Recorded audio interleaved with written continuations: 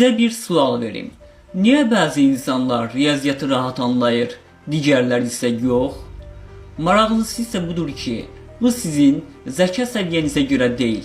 Əsas məsələ sizin riyaziyyata olan yanaşma tərzinizdədir. Salam, mən Rahman Həsənov, riyaziyyat müəllimiyəm. Bu kanalda məqsədim riyaziyyatı sizə tam ideal və başa düşülən səviyyədə izah etməkdir. İndi isə gəlin, riyaziyyatı öyrənə bilməməyinizin 4 əsas səbəbinə baxaq və bütün bəhanələri də bu video vasitəsilə bir dəfəlik yox edək. Riyaziyyatı öyrənə bilməməyinizin ilk əsas səbəbi bu növrənin olmamasıdır. Riyaziyyatı siz özünüz bir bina kimi təsəvvür edin. Binanın möhkəm qalması üçün nə lazımdır? Bu binanın təməli möhkəm olmalıdır.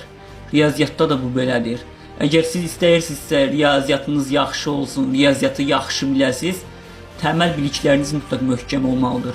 Məsələn, ibtidai siniflərdə öyrədilən toplamanı, vurmanı, bölmə kimi sadə əməliyyatları bilmirsinizsə, artıq siz yuxarı siniflərdə daha mürəkkəb məsələləri, daha mürəkkəb mövzuları siz həll edə bilməzsiniz. Təməl bilikləriniz mütləq möhkəm olmalıdır.